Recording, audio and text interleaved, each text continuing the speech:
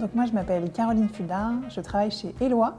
On est une entreprise à mission qui œuvrons au renouvellement des générations agricoles.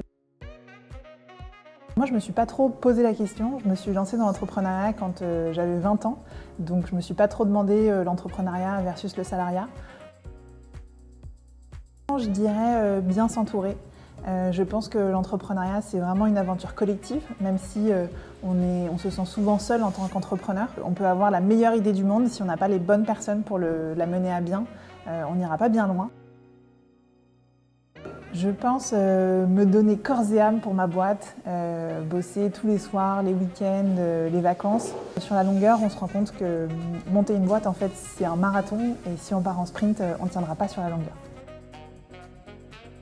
Je dirais que dans ma première boîte, c'était vraiment gérer une croissance très rapide, donc c'était un luxe comme problème. Et en même temps, ça nous a posé des vrais défis en termes de culture, de valeurs et de comment est-ce qu'on peut garder aussi l'ensemble des salariés, surtout ceux qui sont là depuis le début, motivés quand l'entreprise grandit très vite. Et comment est-ce qu'on continue à mettre de la priorité sur ces sujets d'humain, parce qu'en fait, c'est au centre de l'entreprise. Une journée type, ça c'est vraiment la beauté de l'entrepreneuriat, c'est que ça n'existe pas.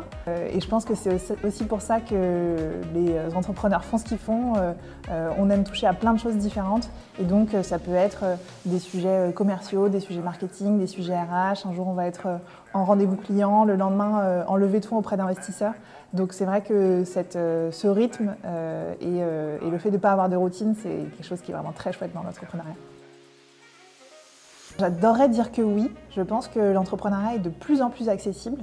Je pense aussi que c'est évidemment beaucoup plus simple de se lancer quand on a un peu de capital financier et puis surtout un réseau qui va aider à se lancer plus vite et plus sereinement. Et c'est aussi pour ça que je trouve ça chouette qu'il y ait de plus en plus de structures différentes comme le village qui vont accompagner des entrepreneurs à se lancer. Je dirais 3 choses. Le premier point, c'est que le village, c'est un peu une grande famille. Quand on se lance en tant qu'entrepreneur, effectivement, on peut se sentir un peu seul. Et là, il y a plein d'autres entrepreneurs qui peuvent se sentir seuls et qui vont aussi rencontrer les mêmes obstacles, les mêmes questionnements, les mêmes problèmes. Et c'est vrai que pouvoir monter un étage, poser la question, c'est quand même très riche.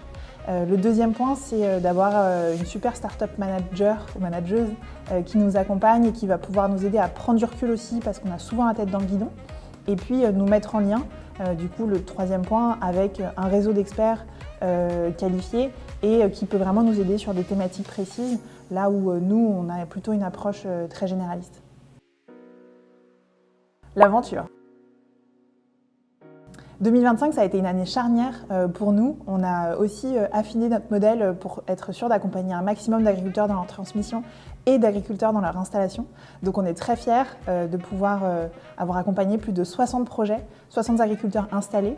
Et on sait que le mois de décembre va être aussi un mois charnière pour Eloi parce que c'est un mois de bascule avant l'année 2026 où beaucoup de transmissions arrivent au bout. Donc hâte de pouvoir vous en dire plus sur nos réussites de 2025.